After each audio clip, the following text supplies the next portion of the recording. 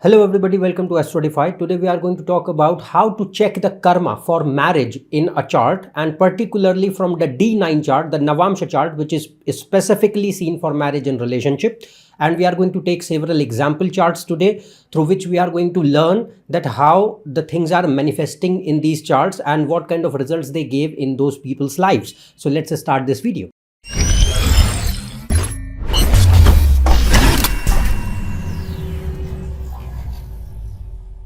If you want to book a consultation for yourself, or you want to join the courses on Vedic Astrology and learn Jyotish yourself, you can go on the website. The link is given in description for both courses and consultations.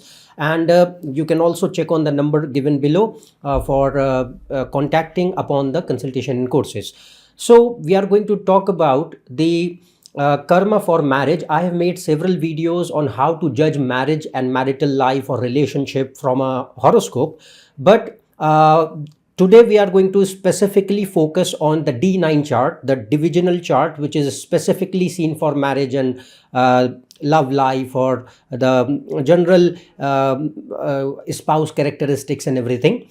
So the thing here is that before moving on to the horoscopes that we will discuss, there are 2-3 rules or principles that we are going to apply, and I'll just mention them, and then we will see how the things are happening in the charts.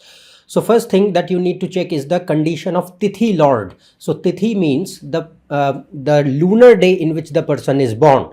So here you can see the table in front of your screen, that this is the table for Tithi Lord. So if you are born, let's suppose, in Pratipada, then the Lord of Pratipada is Sun. So first lunar day, and there are two periods. One is waxing period of moon and one is waning period of moon, Shukla Paksha, Krishna Paksha. So there are 15 tithis in each of the pakshas, total 30 tithis. So this is the table that you can see, and you can check on your own that on which tithi you were born. So the Tithi Lord governs the marriage of the person first. It shows that the Lord of the Tithi shows that how your marital life is going to be, what kind of partner you can have, and when the marriage can happen, means whether it is early marriage or normal average at average proper time, or delayed marriage or no marriage, whatever. So its situation is seen, and Tithi Lord holds primary importance in judging the marriage of a person. Second point here is you need to check the 7th Lord in the horoscope. So 7th house is the house of marriage and relationships. So 7th Lord is specifically seen for judging the condition of the marriage and everything. And apart from that, if you are looking for, since our discussion is going to be only for the marriage part, and we are taking here as the first marriage only, but if anybody is looking for second marriage, third marriage, then the 7th Lord is not considered. 7th house is first marriage, 9th house is second marriage, 11th house is third marriage, and by jumping one places, the number of marriage changes. So majorly we check the condition of 7th Lord in 7th house and the Tithi Lord. These are the 2 points that we will see and we will apply. Nothing complicated. I have already made several videos like how to see your spouse characteristics and traits, how your partner can be. I made a proper video on that. You can watch it. You can go on the I button, click it, and watch that video as well. And I've also made several other videos of timing of marriage, when the marriage can happen, no marriage combinations, multiple marriage combinations. I've made several videos on those topics already, so you can check on the playlist shown above and watch those videos as well. But today the simple formula that we are going to apply is these 2 planets that we are going to see, and we are going to assess the karma for marriage, that how strong the karma for marriage is, whether the marriage is going to be a positive karma in the life or a negative karma in the life. That we are going to judge from these 2 principles. So first chart that you can see here right now is Marilyn Monroe.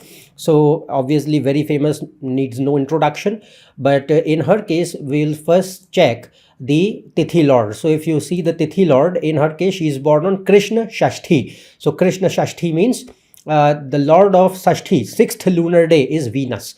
Now, before moving on to this concept, I just want to introduce one more concept, is the concept of Graha Dosha. So Graha Dosha, you can see this table here, that whenever these planets are in conjunction or relation with each other and any of them is Tithi Lord, then they make a Graha Dosha. Graha Dosha means a bad malefic yoga, and if your Tithi Lord is making this dosha, then it is going to create problems, major problems in marital life or marriage itself. So Sun is Tithi Lord, so whenever Sun is in conjunction with Saturn or Mercury, then it makes Graha Dosha. Similarly, Moon and Rahu, whenever they are together, either of them is Tithi Lord, then they make this dosha. So this is the table that you can look forward. Now coming back to the chart here, in her case, like I said, that the Tithi Lord is Venus. Now we will see Venus because our main emphasis is today on Navamsha, but just look at condition of Venus in the birth chart. Now Venus is in Nakshatra Parivartan with Ketu, exchanging the nakshatras with Ketu, and like I said, Venus is making Graha Dosha. The table which I showed you, you will see that Venus, whenever is in relation with Mars or Ketu and it is your Tithi Lord, it makes a Graha Dosha, bad combination, where it damages the marriage, and it can damage the marriage in any capacity. Either it can create a lot of turmoils or disturbances or fights or arguments or any kind of issues in marriage, or it can show any separation or divorce, or it can show other affairs. That depends on the chart itself.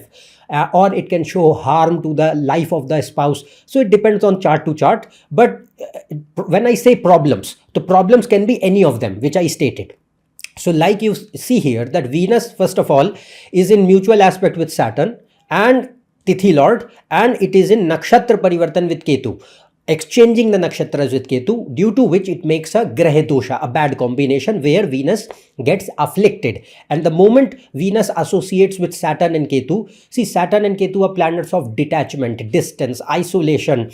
They don't control material world. So whenever Saturn and Ketu are associated for anybody, irrespective of the chart, if they are associated with your marriage, then they are planets which don't give that much of warmth in marriage, because Saturn and Ketu are not planets of warmth. They are planets of coldness, dullness, boredom, isolation, distance, detachment. Gradually Saturn and Ketu tend to separate you, isolate you, even if the marriage is going on, but you feel that meaninglessness, that it is becoming cold and distant over a period of time, and it's not very full of warmth or romance or love anymore, and a severe reduction in conjugal life. Saturn and Ketu don't represent it. So in her case, if you see, Venus and Ketu are in Nakshatra Parivartan, and Venus is in mutual aspect with Saturn. So in her case, she had many relationships. She died young, but she had many relationships for a very quite young age.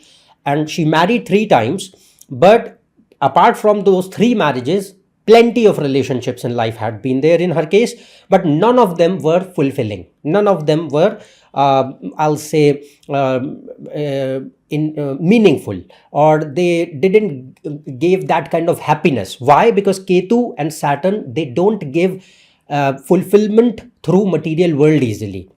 So this is one combination which is happening. But if you look at Venus in Navamsha, this is our main focus. Venus is Tithi Lord and is the natural controller, Karak planet for marriage and relationships, and it is in 5th house with Rahu and Mercury. And here Venus is in own sign with Rahu. So 5th house is relationships, affairs, love, romance, entertainment, all show world, showbiz. So Venus, Mercury, Rahu in 5th house in Navamsha, because D9 is particularly seen for the karma part.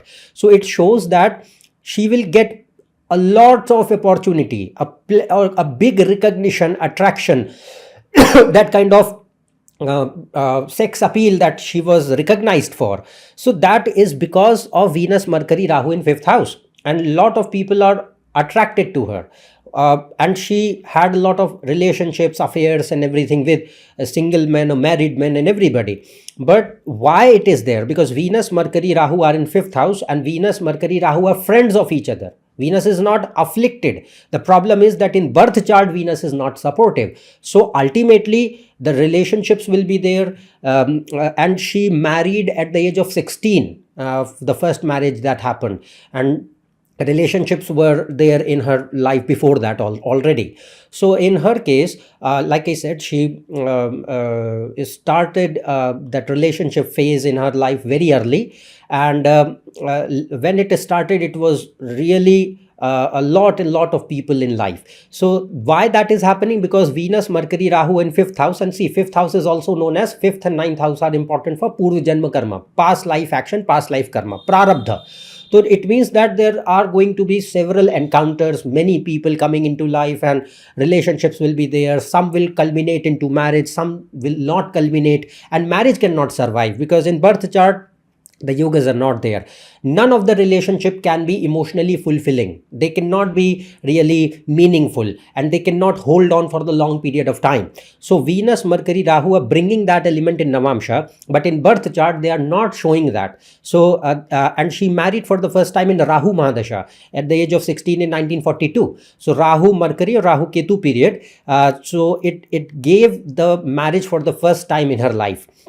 And later on she became actress and everything. So Venus, Mercury, Rahu in fifth house, because Navamsha also shows in general, not just the marriage, but in general life, past life actions. So fifth house is entertainment, drama, acting, cinema, showbiz, movies, and Venus, Mercury, Rahu are literal controllers of that. So she became what she became, a global sensation and everything, because of this combination in Navamsha. But since our focus is on the relationship front, so why that is happening, that we saw. And one more thing, the seventh lord. Now see that who is seventh lord in birth chart, that is Saturn. But in Navamsha, who is seventh lord? Moon. Where it is going? In eighth house, alone. And there is no planet sitting with moon on either side. It is alone. So seventh lord moon in eighth house, it shows eighth house is the house of hidden things, extramarital affairs, relationship with married people. And moon in eighth house, in her case, Venus, moon and Rahu are also making combinations for addictions, a lot of drug addictions. So what happened in her case, that marriage didn't last long. Relationship were there, but they didn't last long. So seventh lord and Venus, the Tithi lord. So we can assess that how it is happening in her case. Next chart which we are going to see here, this is a case from my consultation. So here in this case, the married life was fine. It lasted long, and if you look at the Tithi lord first, so in this case the Tithi lord is Mercury, Chaturthi Tithi. So Chaturthi, the lord of Chaturthi is Mercury. Now if you see, Mercury in the birth chart is afflicted by Sun, Mars and Ketu. But in Navamsha, Mercury is very well placed in ninth house in Parivartan with Venus, which is the friend of Mercury. So Mercury and Venus are showing, and Venus is the natural controller of wife as well. So Venus, Mercury and ninth house. See, Mercury is ninth lord in the birth chart, and Mercury is in the ninth house in Navamsha. The ninth house is Purva Janma Karma, ninth house is Bhagya, luck, fate, fortune. So it straight away, first of all, makes a combination that whatever rise will happen in life, it will only happen after marriage. Before marriage, no matter how talented you are not going to get anything. So in his case, he rose after marriage. The day he got married, means the marriage got fixed. So he got the first appointment in the government service. So in this case, what is happening, that Mercury and Venus are creating a combination for triggering or manifesting the bhagya, that the moment the marriage is fixed or it is happened, it will trigger the event of activating the bhagya. So it will uplift you. And whenever I say bhagya, bhagya means luck, fate, fortune and divine protection. Protection in a sense that you gain material prosperity, wealth, accomplishments, your desires get fulfilled. That is what it means. And it also reduces your suffering. Suffering means general struggles in life, general trials and tribulations and ups and downs and uncertainties in life. So Venus, Mercury are in this case are activating a strong Dhana Yoga and a Raja Yoga with marriage. And this is a very good example that in this case, the marriage part is beneficial for the person to grow in life, whether it is financially or whether it is in the term of position. So after getting into government service, he rose to a quite senior high administrative position. But in this case, if you look at the seventh lord, so seventh lord in the birth chart is Mars, which is also fine. If you look at Mars in third house is generally considered good. It is Vargottam and in Pushkaramsha. But seventh lord in Navamsha, Saturn, Sun and Ketu in eighth house. This is not a really great combination. So marriage survived. Marriage was overall fine. And like I said, it was beneficial, auspicious for the person. But Sun, Saturn, Ketu created two things. First, it created health issues to wife, because for seventh house is your wife, your partner, and it is going in eighth house with Sun and Ketu. So it Saturn and Ketu. So it shows health issues to wife can be seen. And like I said, Saturn, Ketu have a nature to detach, distance, isolate. And Saturn, Sun are very good for career orientation. Not like they are not very romantic planets. So it shows that over a period of time, what it will give is health issues to wife. And second, it created a sense of distance, valuelessness, detachment, coldness in the marriage part to a certain extent. And Saturn also is a planet of criticism, and since it is in Virgo is a sign of detail and criticism and always not valuing things. The point here is that you tend to become, because with Virgo, Virgo or Mercurian signs in general, Mercury whenever is responsible for marriage, like seventh lord is in the sign of Mercury, or Mercury in general is responsible for marriage, then person tends to seek some kind of perfection. They are not content with what they have. So Ketu and Saturn are bringing that element of discontentment, inner emptiness, and Virgo is enhancing that element. Apart from this, Sun and Saturn are mutual enemies, and Mars and Sun are fiery planets. In birth chart, Mars and Sun are together. So it also brought, Mercury is speech and communication. So along with that part which I described so far, it also generated a bad, harsh, hurtful speech, which also became a reason for distance and coldness or regrets or grudges in marriage. So if you look at the seventh lord is not that great, well placed in Navamsha, but the Tithi lord is fine in birth chart, particularly Navamsha. So Tithi lord is very well placed in Navamsha, due to which the marriage is surviving, and it was generally a good marriage. But the issues which I said, they were present. What kind of issues that I explained. Then next chart you can see here is this Bill Gates. So in his case, like now he is divorced, but after a long marriage he got divorced. So in his chart, if you look at the Tithi lord, who is Tithi lord? Jupiter, Treyodashi. So he's born on the 13th lunar day. So lord of Treyodashi is Jupiter. Now see, Jupiter is seventh lord of marriage also, and looking at seventh house, and Jupiter is unafflicted. It is not sitting with any malefic or bad planet. In Navamsha also, Jupiter is in own sign, in second house, and in not afflicted by any malefics. So Jupiter is a good planet, positive planet. It does not ruins relationships. It does not create divorces or separation. So Jupiter is bringing that part where it is showing that yes, the marriage can survive for a longer period of time, which is fine. But the next problem in his case is condition of Venus, which is really afflicted in both the charts. So Venus is seventh lord in Navamsha, and Venus is also the natural significator, Karak planet for marriage and wife. Now in birth chart, Sun, Venus, Saturn are together, where Venus is in Papakartri, hemmed between malefics, between Sun and Saturn. Similarly, Venus is in conjunction with Mars and Saturn in Navamsha, again in Papakartri, hemmed between malefics, Mars and Saturn, aspected by Rahu. So what happened here in his case, that marriage survived for a long period of time, but ultimately it ended. So why it ended? Because of poor condition of Venus. But why it survived for so long? Because of condition of Jupiter. So Jupiter is the Tithi lord governing the marriage in birth and Navamsha. And one more thing that you look, Jupiter is Bhagya. Bhagya means fortune, luck, fate.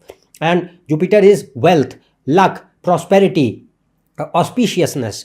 So in his case also, Jupiter enhanced the level of growth after marriage.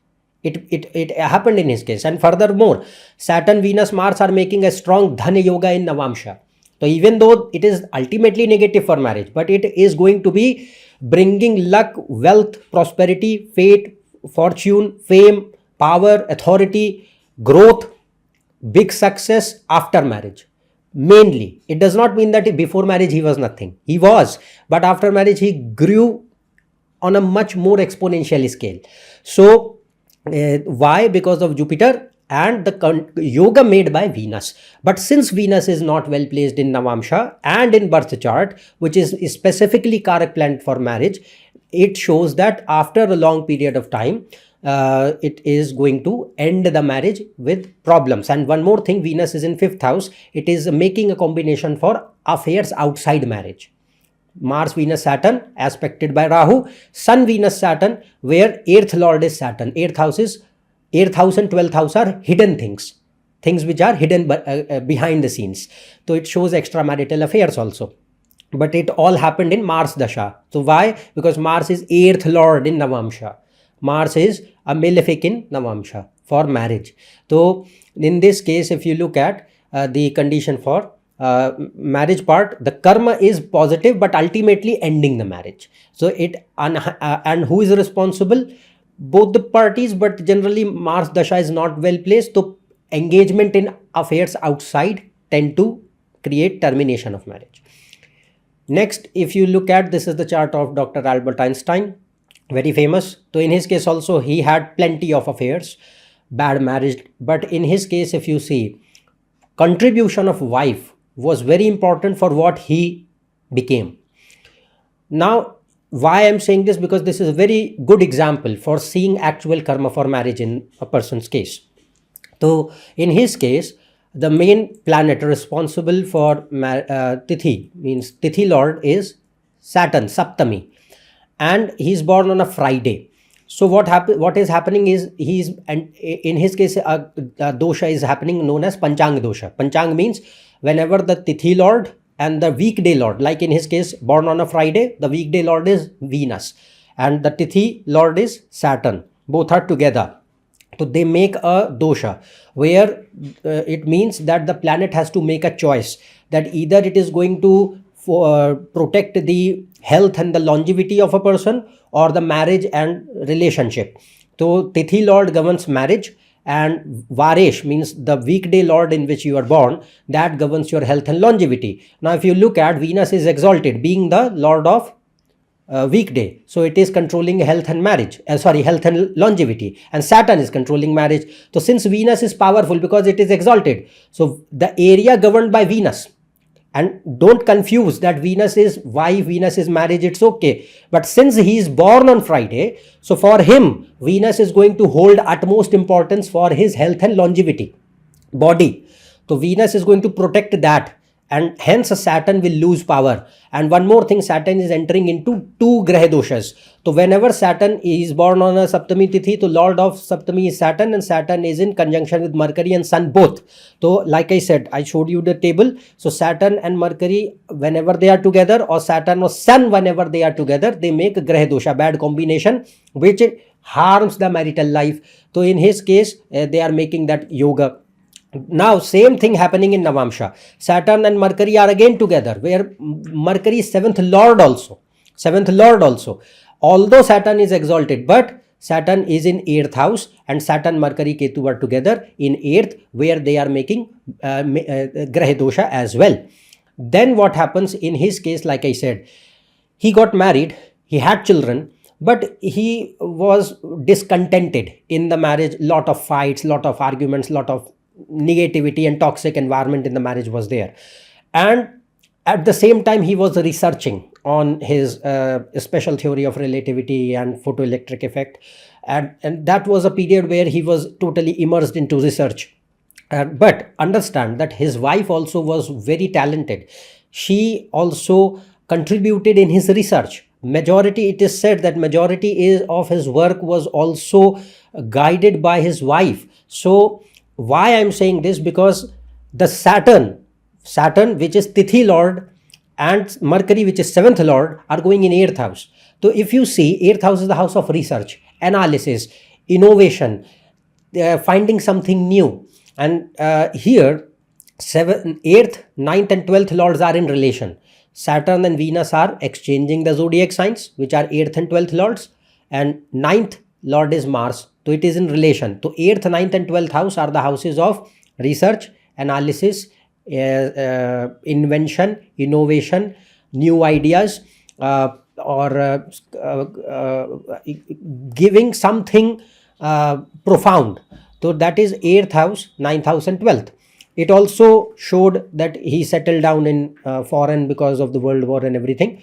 But the point I am mentioning is that it is generating a tremendous karma with the wife, where she will contribute in your work, which will ultimately make you famous in the world. That happened in his case. And he had several affairs with many people, many women.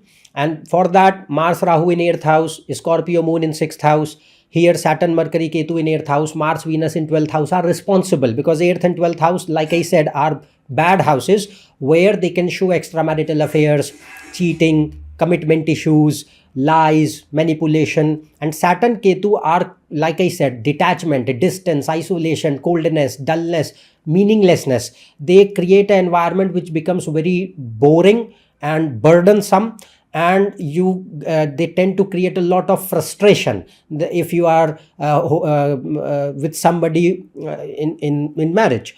So that kind of environment has been given by these planets, and ultimately it led to the termination of marriage. It was said that he asked his wife to leave him alone, so that he knew that he is about to get to a proper breakthrough in physics, and he was sure that he will get a Nobel Prize, and whatever money he's going to get through Nobel Prize, he said that I'll give you, just leave me alone. So that kind of marriage state, that marriage reached in his case. You just see why, because of Saturn Mercury Ketu in 8th house. So even though marriage is playing a very vital role in this case for manifesting that extraordinary intelligence which he had. Before marriage, he was not like that. But after marriage, it activated that karma. So that is what I am trying to show you, that whatever he made, whatever he became, marriage became the activation point for it. And her wife played a very vital role. And then breaking of marriage was also a karma. So that breaking of marriage happened. Other relationships happened. Settling down in foreign happened. So marriage played a important role in activating those things. So that is what I'm trying to show you here, that the karma for marriage, however it is, good or bad, because the karma for marriage is generating good also, because without that he was not able to do that level of research. And second, it was bad also for his own personal life, for his wife and children. So that kind of thing. So this is how we can see and assess from charts. I gave you several examples. I hope you understood, and you can apply this on your own chart also. Simple principles, and when you apply this, you will see that okay, how beautifully it is working. Because most of the cases, like I said, and it is very common also, like sometimes your luck rise only after marriage, or vice versa also. Like after marriage, everything goes down. So you have to see how the planets are. I have already made several videos, but today it was just to keep it simple and assess the activation part of the karma, where it is bringing that element in the person's life, how it is activating it. Okay. So I hope that you understood and like this video. If you are new to my channel, subscribe below, and for more information, Facebook post and reels, you can connect on my Instagram, website and Facebook page. The links are given in description. Otherwise, we'll meet in the next video. Till then, goodbye and thank you.